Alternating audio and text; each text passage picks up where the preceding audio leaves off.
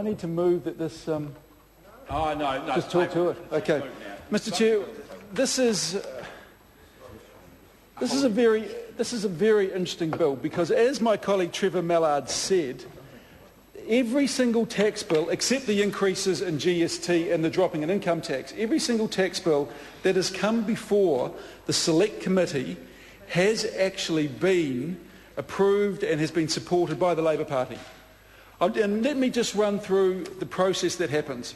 We get a bill and it's normally non-controversial, like this original bill was. We didn't oppose it at all. It went to Select Committee. Then at Select Committee, we called for submissions, Mr. Chair.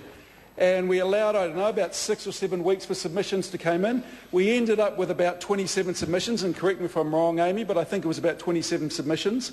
They came in and we heard from a whole range of experts. Now, these were tax consultants, these were legal eagles, these were ordinary New Zealanders who actually wanted to have a say on tax legislation, because as we know, tax legislation affects a whole lot of people. We had our own technical advisor, because there is no one on the Finance and Expenditure Select Committee that is a tax expert and comes from a legal or a tax background or tax consultancy background. So we have our own legal expert, our own tax expert, and this is par for the course we do on every single tax bill that comes before the Finance and Select Committee. Her name is Teresa Turner, and she's acknowledged as one of New Zealand's preeminent tax experts.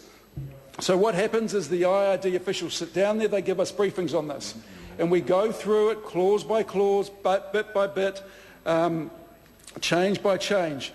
And then Teresa has a look at it. We ask a whole lot of questions, and these are questions by all members. The National Party has a lot of questions. The Labor Party has a lot of questions. Roger Douglas is on the committee. He asks a lot of questions. And Russell Norman, who's on the committee, asks a lot of questions. It is a very, very robust process. But where this all starts is we all start supporting this stuff.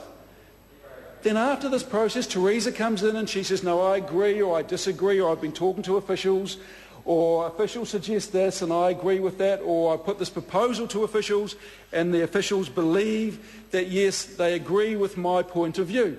And we end up with a very robust piece of legislation that we all agree with. And it is a great process, Mr. Chair, because everyone has their say. And this is what happened with this initial bill.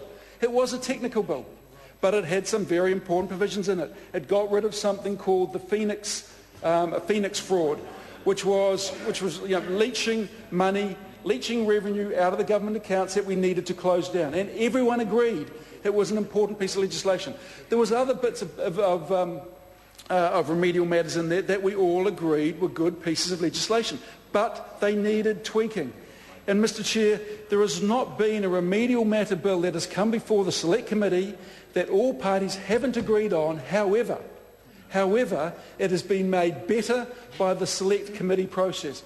Every single bit of tax legislation that has come before the Select Committee has been improved by the process. There is not an example outside of this. And we agreed with this piece of tax legislation through the first reading and the second reading because it was a good piece of legislation. It was a good piece of legislation. The Select Committee made it even better. But then what happened is we had this SOP in front of us. It was tabled last night. We did have a briefing, but we only talked about LAQCs in that briefing, and there was a general discussion organised by David Cunliffe's office on changes to LAQCs. We actually didn't know that this SOP was going to be put on the table. And if I look at this SOP, then I look at it and think there are some not bad ideas in this, Mr. Chair. In fact, there's some very much common sense ideas in it that would get the support from the Labor Party and would probably get the support from the vast majority of New Zealanders. But I can't say that without listening to Ms Turner, without listening to officials, without listening to a whole lot of people, a whole lot of New Zealanders out there that this affects. There are 130,000 active LAQCs. This affects Maori Trust. It affects a whole lot of stuff. And I think New Zealanders deserve the right to have their say on this.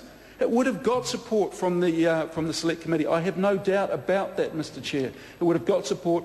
However, what we needed to do is make sure that it was a very robust piece of legislation. Mr Chair, and that's what the Select Committee would have done. That's what the Select Committee would have done, and what would have been brought before this House would have been a great piece of tax legislation that we would have agreed, and as my colleague, the Honourable Trevor Mallard mentioned, it probably would have been passed, if necessary, even under urgency after Select Committee, within an hour. Not under urgency. Well, urgency is not a good way to do tax legislation, but it would have been passed within the hour, and I know the Minister wants to get this out there for the 1st of April 2011. It wouldn't have been a problem. It would not have been a problem if it had followed a robust process. This is not robust, and I can't say as our revenue spokesperson, because I haven't had time to read through a 70-page SOP, because I've been at prize givings at Napier Girls High. It was a fantastic prize giving last night at Girls High. Congratulations to Mary Dixon and the rest of the crew there. However, I can't say... No, he wasn't. Chris Tremaine wasn't there. However, I say... He doesn't care about the people in Napier. However, I do say that I cannot support this. But we come back to zero rating.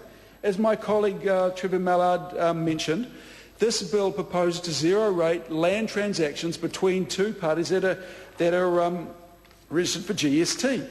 But now that we have this supplementary order paper there, it has opened the door for a whole lot of other supplementary order papers. And this one that I have tabled recommends zero rating fresh fruit and vegetables. Now, the Minister and members of the Parliament can't say that they didn't know this was coming.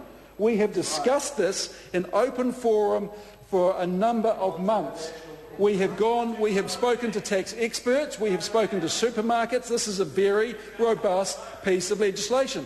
And when you take into account, Mr Chair, that New Zealand is the third fattest nation in the OECD, this is a measure that will address this. And we have to do something. We have to send a signal. We have to say to the people of New Zealand that we care about their health, we care about their welfare. This isn't hard to do, Mr Chair. This isn't hard to do. It's a very easy piece of legislation. It's not 70 pages. It's not even 70 words. But you insert this and it will make a difference to New Zealanders. Now, there are over 130,000 loss attributing qualifying companies that are active. This simple piece of legislation, this simple SOP that we have introduced will affect more than 130,000. This will affect 4 million people, Mr Chair. And I urge the Minister to take this on board and to support this. Because, in fact, it is a very good piece of legislation. What it will do is it will allow the vast majority of New Zealanders, well, in fact, all New Zealanders who buy fresh fruit and vegetables, it will allow them to buy them cheaper. And what we have shown, what our calculations show, Mr Chair, is in fact someone on the median wage will get more in their back pocket from this SOP than they did from the government's tax cuts. More from this SOP than they will from the government's tax cuts. This is fair. And that Minister used to be a Labour Member of Parliament. He was elected as a Labour Member of Parliament. So deep down there somewhere still must bubble the philosophies and the principles of that Labour, of social democracy, which is about working for all New Zealanders. Working for everyone. You say you might be so sure. Well, I have my doubts as well. I'm sort of hoping somewhere there might be the flicker of social democracy. The flicker of social democracy. So I urge the Minister to take heed of what New Zealanders have said. Our polling shows about 80% of New Zealanders think this is a great idea. 80% of New Zealanders want to be able to go in there and buy apples, buy pears, buy bananas. And let me give you one example, Mr Chair. Fruit in schools. This was a Labour policy which allowed all Decile 1 and Decile 2 schools to have fresh fruit.